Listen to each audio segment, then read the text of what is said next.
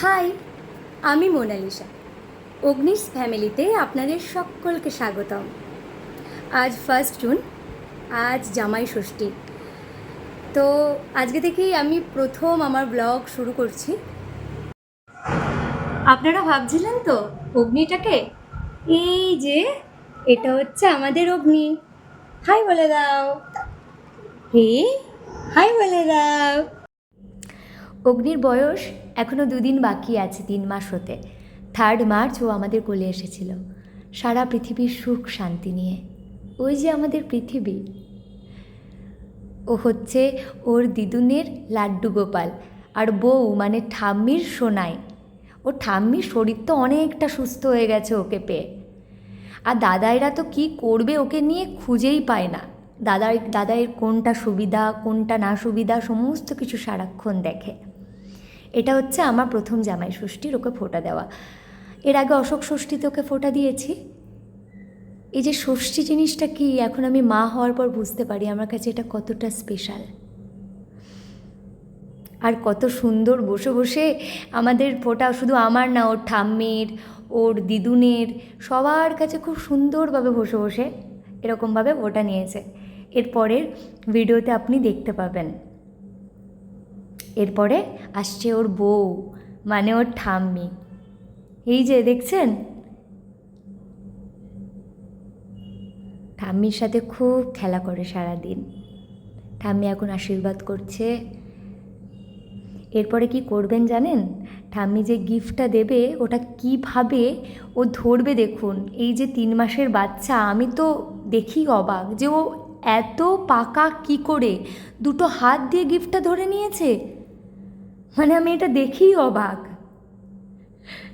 দেখছেন? আর এই যে দিদুন, যে সারা দিন কেয়ার করে, সারা দিন কি সুবিধা অসুবিধা বুকে করে আগলে রাখে। দিদুনের কাছে ফোঁটা নিচ্ছে আর দাদার সাথে সাথে খেলাও করছে। দেখছেন? এভাবেই কেটে যায় আমাদের এই একটা ছোট্ট সংসারে। এর থেকে শান্তির কি আছে বলুন তো? সবাই মিলে একসঙ্গে আনন্দ করে থাকার চেয়ে। এইবার হচ্ছে মেয়ে জামাইকে ফোঁটা দিচ্ছে, আশীর্বাদ করছে, তার জন্য সমস্ত কিছু প্রিপারেশন করছে। এই যে আমি হয়তো বাবার সাথে কোনো কথা বলছিলাম, আমার ঠিক মনে নেই কী কথা বলছি। আর সারা সপ্তাহ অফিস করে একদম ক্লান্ত হয়ে গেছে মায়ের জামাই। আর এটা দাদায়ের সাথে আর আমার সাথে খেলা করছিল কুট্টুস।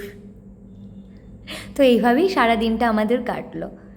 আমি বাবাকে, মানে আমার 2 বাবাকেই ফোঁটা দিয়েছি। আর এটা আমার শ্বশুরমশাই, ওনাকেও আমি ফোঁটা দিয়েছি। উনি যে আমাকে মনা মা বলে ডাকে, ওনাকে এখন আমি সুতো পরিয়ে দিচ্ছি। এটা নিয়মের মধ্যে পড়ে। আমি জানি না ঠিক কী কারণে, তো আমাকে যার যা বলেছে বড়রা আমি সেই জিনিস করেছি। আমাকে আশীর্বাদ করছেন। আর লাঞ্চের সময় সেভাবে কোনো ভিডিও করা হয়নি, তো ছবিটাই অ্যাটাচ করলাম। তারপরে বিকেলবেলায় আমরা গেছিলাম স্বামীনারায়ণ মন্দির। আমার ছেলে ঘুরতে খুব ভালোবাসে। প্রচুর লোকজন ছিল, শুধু দেখে যাচ্ছিল তাদেরকে।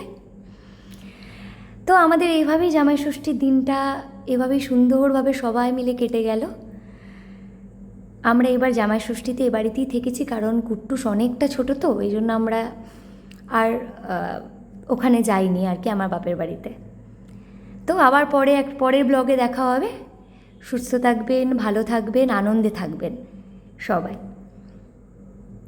সব শেষে আমাদের একটা গ্রুপ পিকচার দিলাম, আমার 2 বাবা মা, আমার বর আর আমার কুট্টুস। বাকি বাড়ির সবার সাথে পরে আলাপ করাবো। বাই।